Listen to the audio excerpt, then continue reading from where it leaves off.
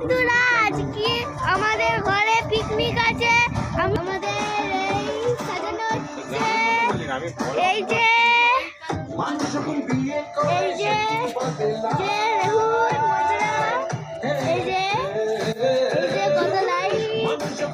কত লাইট লাগিয়েছি। তোমরাও কি সাজাচ্ছ? আমাদের বলবে। অনেক বেলুন ফুল দেবো। এই যে রাত্রিবেলা ফোন করবো। আমি সাথে চলে এসেছি। সকালবেলা দেখেছিলাম লাইট লাগানো হচ্ছে, আর এখন